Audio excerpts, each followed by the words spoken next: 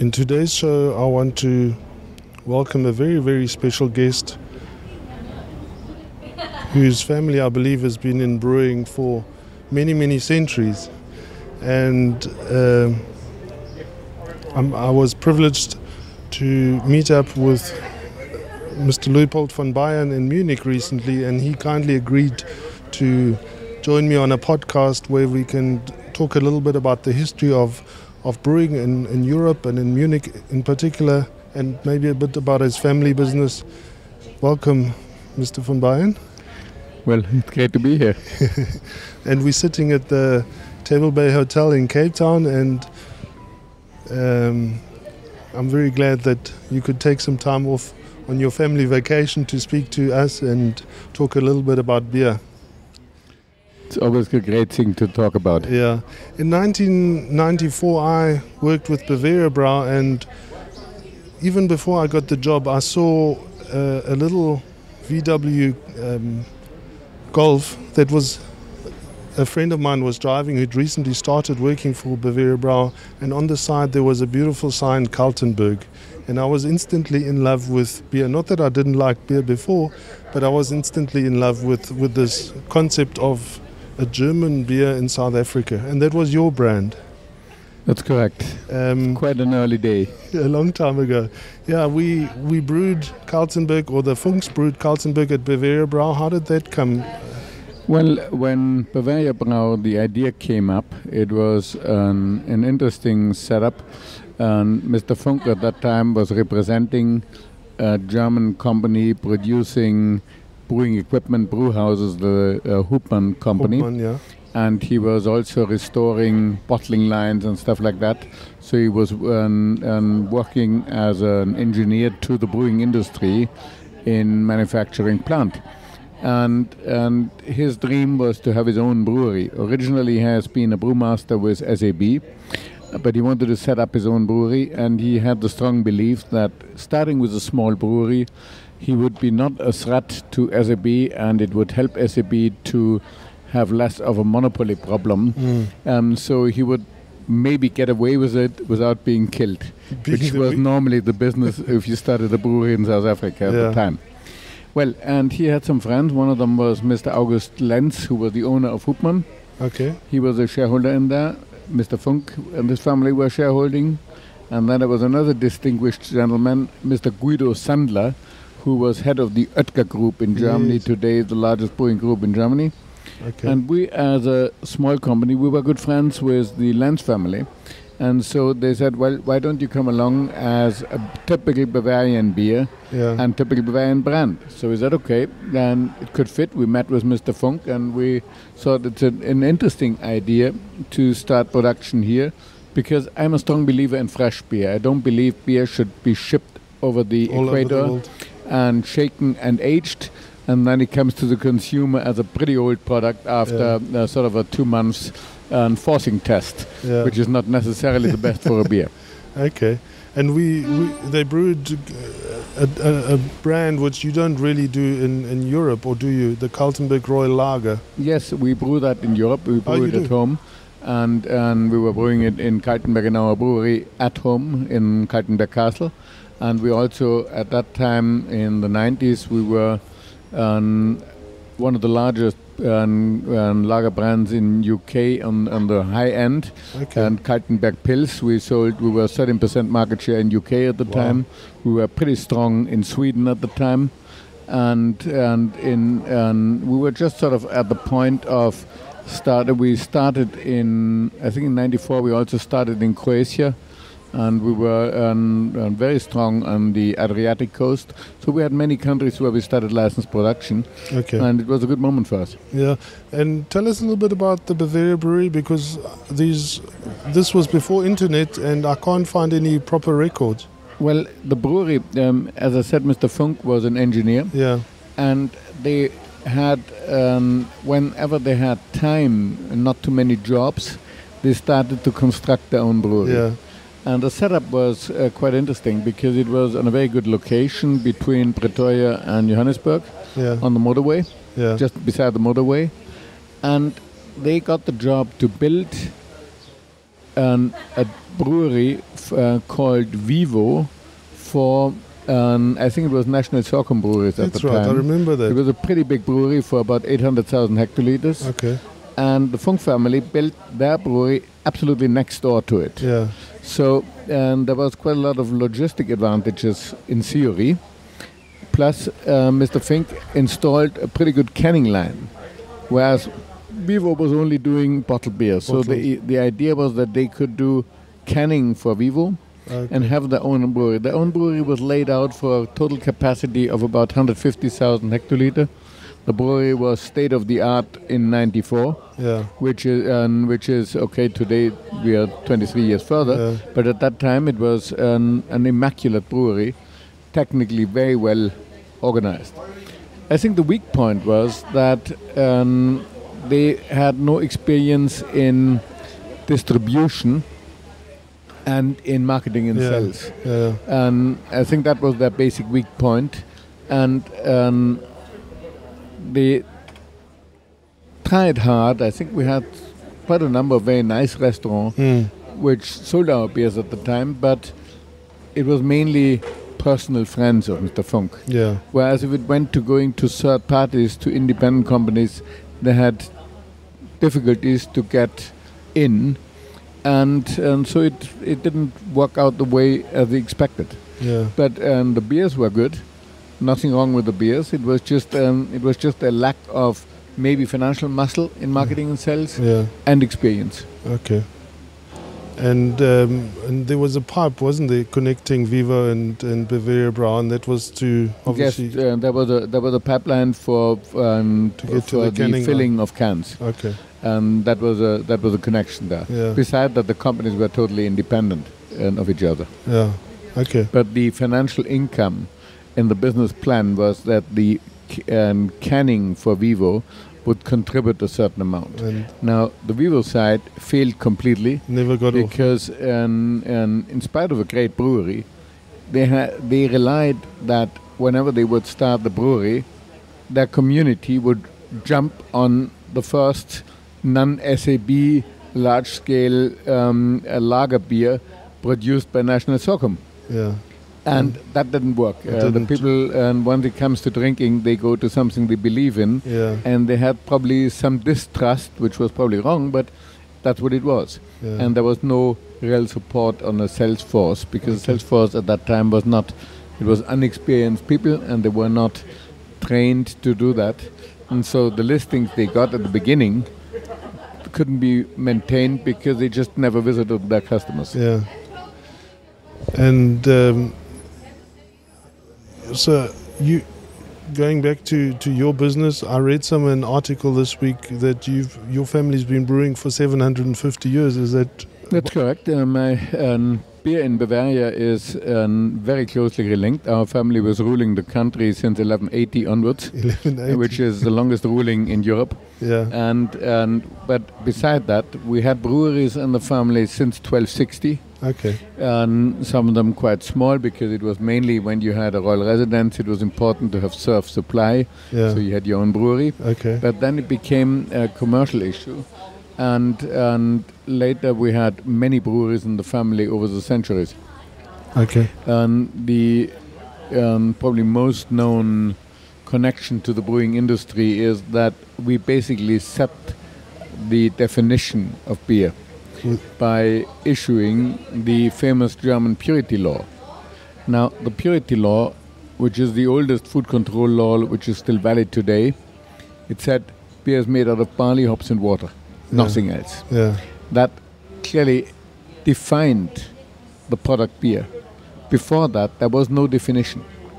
And I think this is very valuable, because beer is not just an alcoholic, bubbling beverage.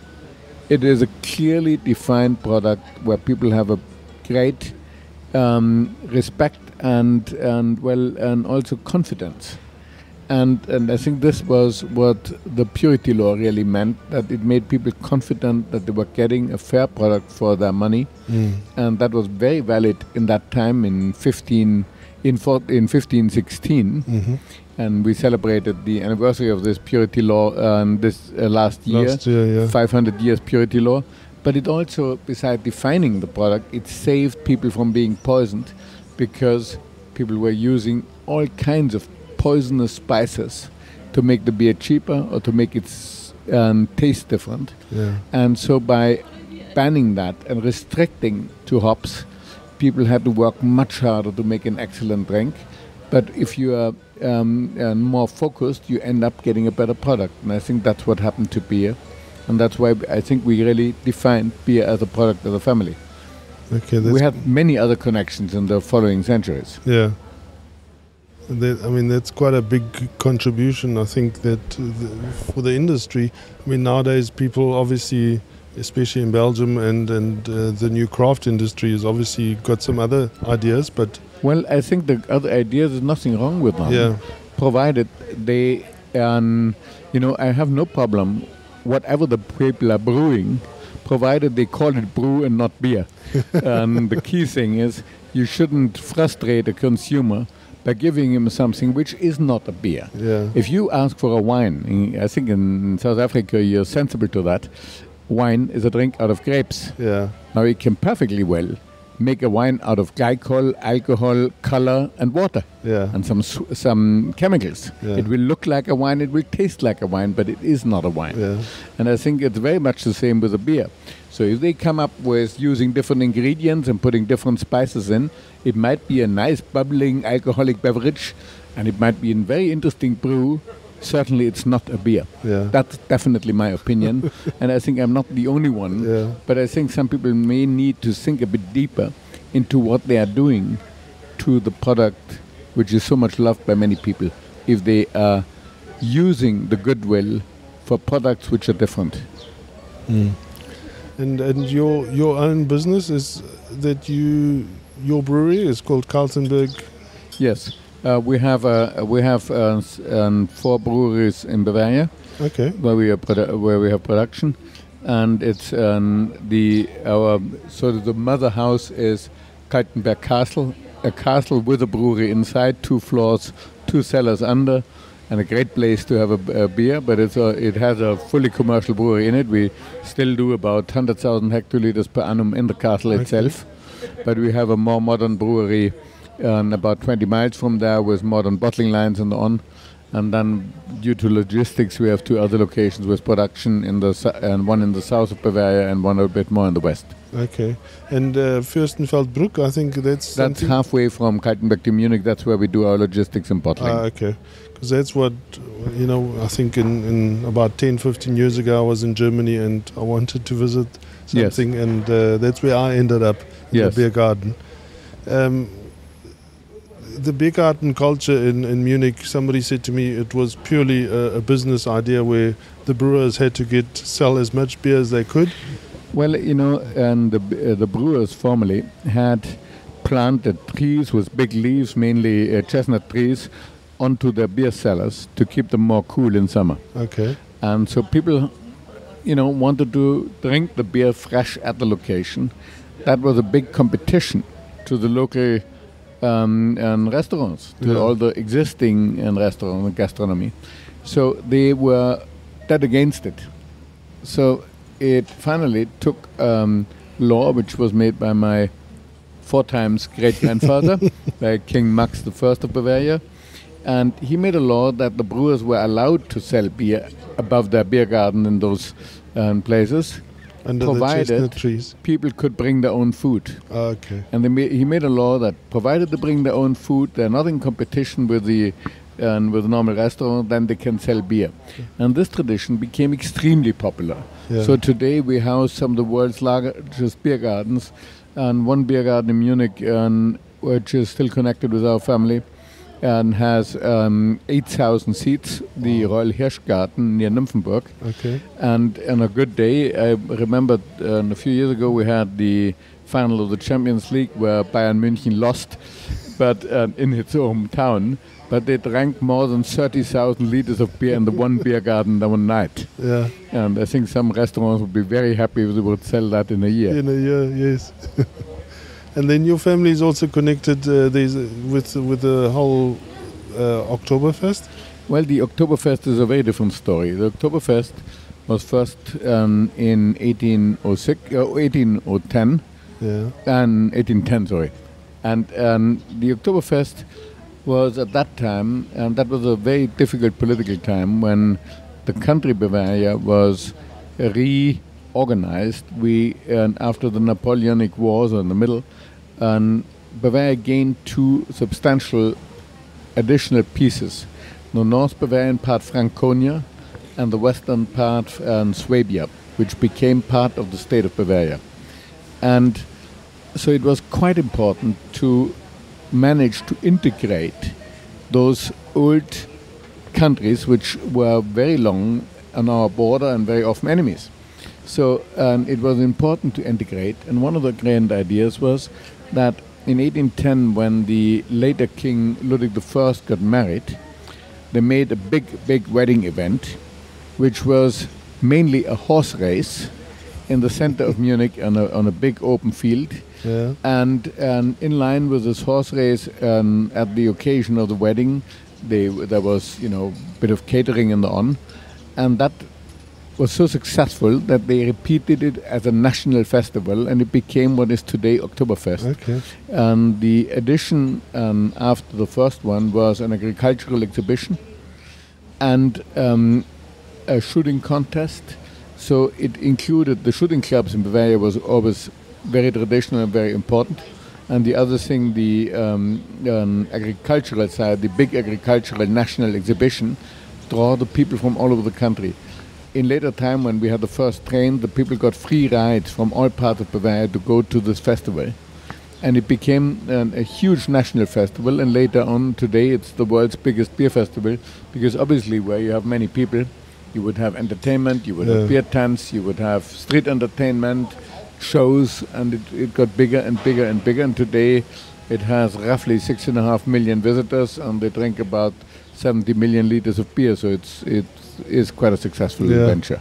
And the few people that I encountered at this year's Oktoberfest, I mean, I can see it's really part of the Munich lifestyle and the Bavarians, but I think the people from outside of Munich they don't really embrace it, where the locals really embrace it, and I believe you also attended, so there's lots of history and... Well, the guests from outside see Oktoberfest as a big carnival.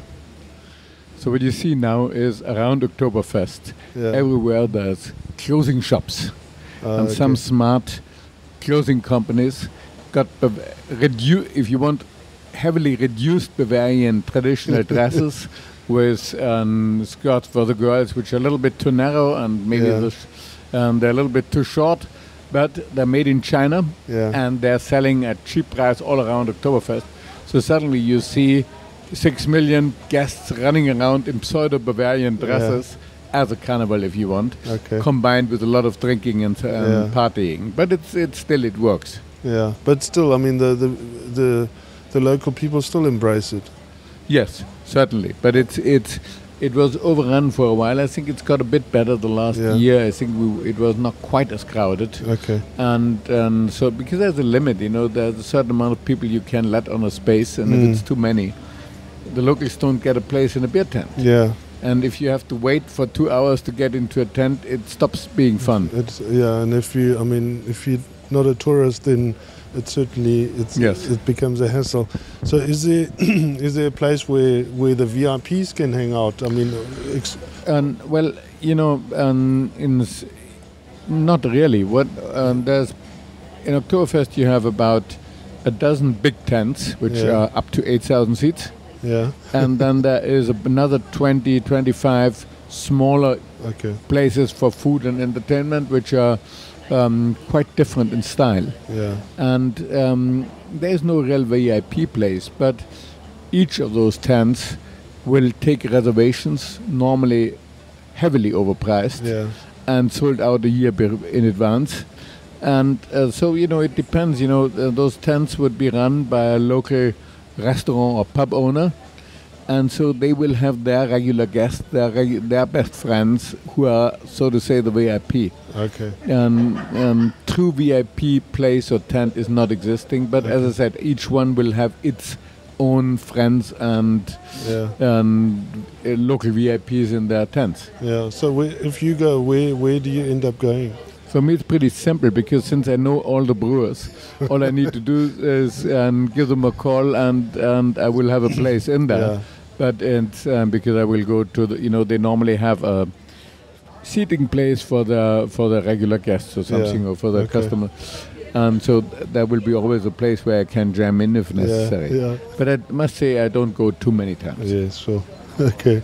And let's go back to your brands. You say you've got four breweries. When I met you at the Drink Tech, I went for a walk and the closest shopping center, I can't remember the name, I saw that there was a Kaltenberg restaurant. We have a very nice restaurant, a concept restaurant, which we have in a few places in the world. Okay. And trading under King Ludwig, König Ludwig on the Messe, that is the one near the fair in Munich.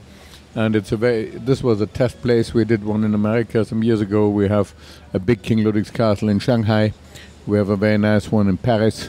Okay. And so it's basically based on King Ludwig's, the second, the one who did the famous fairy tale castle on his story. We did a restaurant concept, and we're rolling that out in other places at the moment. I think my brother was in St. Anton's. Could that be? No, there was some ski resort in America where you went to. In Vail, in Colorado. Vail, yeah. Yes. Yeah, and I think he came back very proudly with a Kaltenberg souvenir for me. That was a temporary thing. We did that. And that was one of the more renowned ski places in America. And they had a cable car station which was, had stopped being in use. And they planned to remodel that whole village center. And they said, okay, this place is free for a certain time. Yeah. And so we took it to test some beers and we made a restaurant in there. But the concept was great, and we did it with theater stage material, so it looked great, but it was actually everything we could put up and dismantle. Okay. And we dismantled it, and the brewery is now in Estonia, and which we had in there, and the interiors we used for other places later. Okay. So we had it for I think 7 years, but when we opened it, they guaranteed us 2 years, and said maybe you're lucky and it's longer, and we ended up having 7 years, so it was quite okay. But we used it because in a ski resort, we were testing brands. And if you're in a place like that, you have different guests every week. So if you make subtle changes, you can do it without regulars noticing. Okay. And so you can see, are you doing better like this or in other ways, or how do you approach a brand? We used this as a toolbox to test American consumers. Okay. And are you available in America now? We are available there, but we didn't concentrate on America. Okay. I think there's better options in other countries because American distribution is extremely complex due to the 3-tier system, where breweries are not allowed to tie a pub or not allowed to, there's very limited things you can actually do to ensure long-term business in any restaurant. So you might be in there and next day you're out, and the waiter can basically decide what he's serving to his guests, and you as a supplier, you have a very hard time. So if you don't, and the other thing is the distributors in the United States are always very, very strongly controlled by the two major brewing groups. If you're not a member of any of those two, there's very little you can do, because the level of attention the distributor would give to you when he's basically a bud or Kurs distributor is minute. Okay. And the opportunities in places like China and East? We are present in most Eastern European countries. Yeah.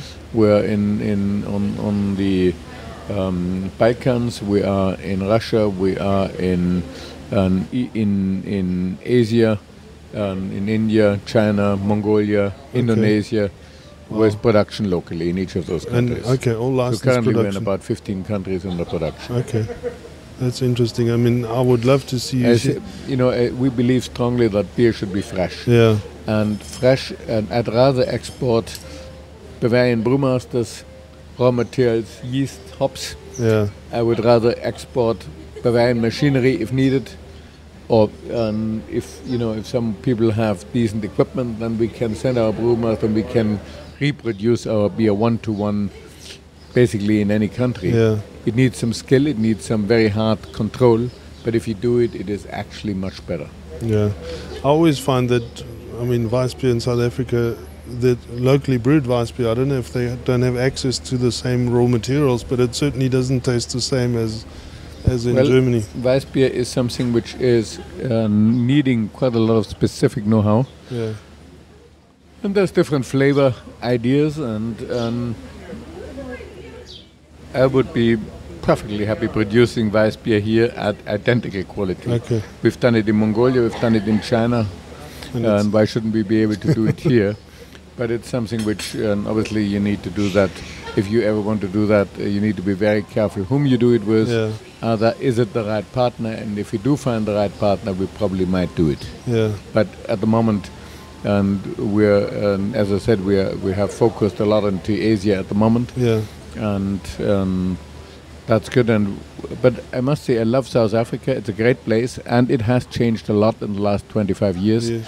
When we first came here, it was very different. There was no microbreweries. Nothing. Yeah. And it was just the start of the first ones to take a look. And I think the market has developed a lot since.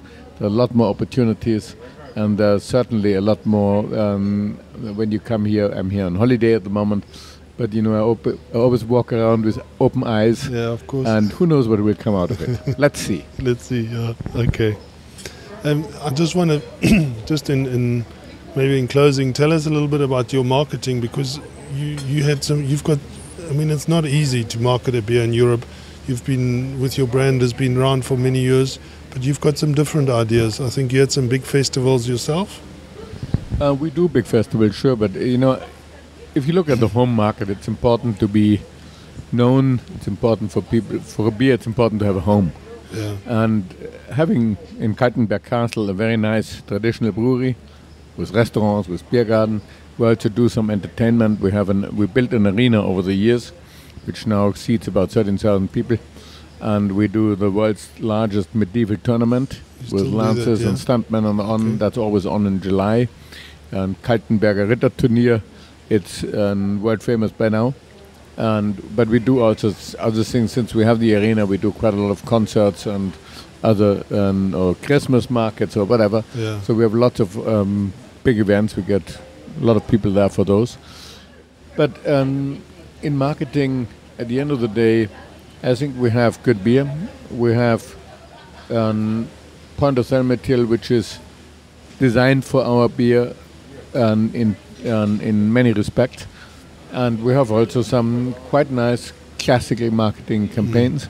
But the key thing is, what people are looking for today is things through content. Is it fake, or is it invented, or is it true? Yeah. And I believe there is no other beer brand which has a similar story, with 750 years of history in beer, with very groundbreaking knowledge in the beer industry, with things which we really created, and last not least, which is run by a royal family. So here the kings make beer for the folks. It's not the folks making beer for the king. And I think that's important. We try to make beer which is fit for a king, which is good enough for a king, brewed by a royal family. And I think this is unique and very difficult to copy. I think at the moment there might be another royal brewery coming up. I think there's something like a royal brewery in Samoa. And yes. Where is that? Yeah, in Samoa, on the island Samoa in the Pacific. Okay. And there used to be a royal brewery. It's no longer there in Nepal. But beside that, I think we are more or less single. And there's one. And yes, the last 2 years, I think, or 3 years ago, Prince Charles in England started his own beer. And he got he's got this brand range, Duchess. Yeah. And he's got a brand which is produced for him by one of the breweries in England. Okay. As a matter of fact, we have licensed production in the very same brewery, Oh, really? which is fun. Okay. And we're both members of the Brewers Guild in England. Okay. There was one more.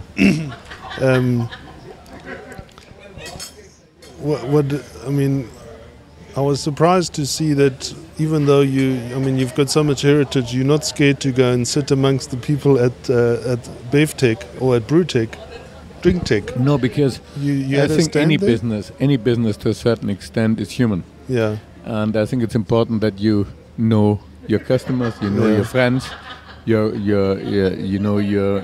with us it's more partners. It's not true customers. It's if we operate with license partners, and they are our partners, and it's good to meet. And so I think in big events of the brewing industry, it's quite nice to be personally present and to learn what's going on, to see what's going on, and to stay up to date. Yeah, and stay in touch. And I saw it seemed like a long queue of, especially from the Asian countries that were very interested in. Well, as I said, we have many partners already in Asia, and therefore there is always an increasing amount of people from there who show up with us. Yeah, and just in terms of giving a message to the South Africans, especially for them to experience something like the DrinkTech or the education part that's offered by.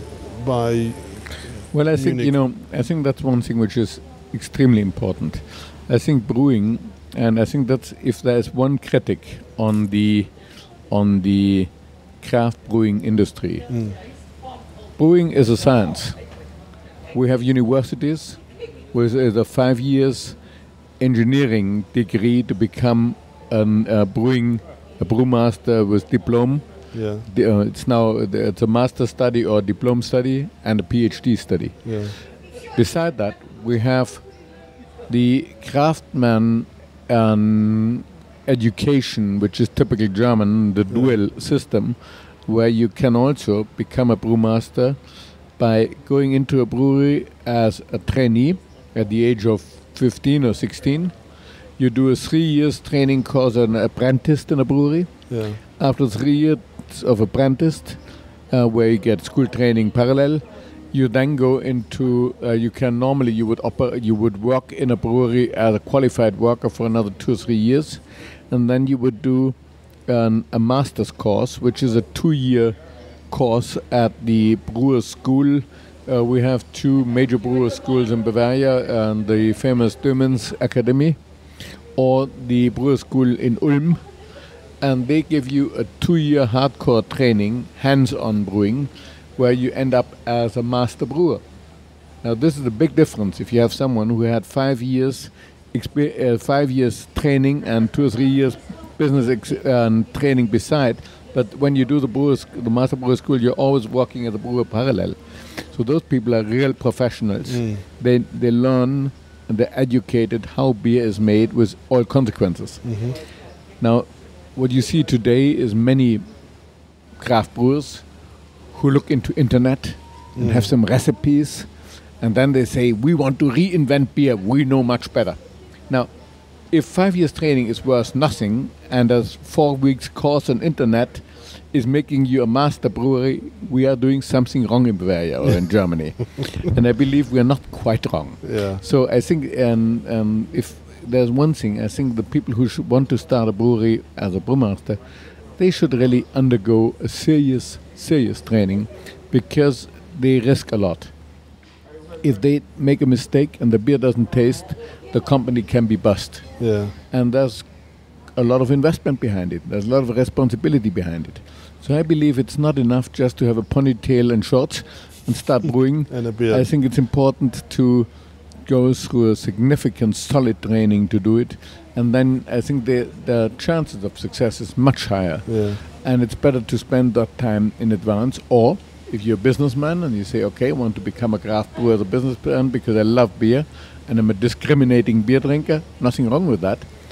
Then they should go out on the market and look for someone who has a master brewing degree from a renowned brewing school, from Dömens, from Weinstefan, from VLB in Berlin, or from Also, they have some pretty good brewing schools in England. Yeah. And so if you did that, I think that's okay. But just coming with a 2 or 3 months degree isn't enough. Yeah. Yeah, I agree. And then just in closing, I mean, we're sitting in this beautiful city, and I mean, I think it would be very nice for you to have your brand or a little brewery here in the Cape. Is there? Well, it's certainly a great place, and I think having our beer here would be certainly something of interest, and wait and see. Maybe we know more about that in a year's time. Okay. But I have to, I just came this time as a tourist. I've seen what has happened in the last couple of years, and with a little bit of thinking, I might come up with ideas, and if the ideas get a bit bigger, then we'll come back to you. Very good. Thank you very much. Thanks for your time. Thank you very much too.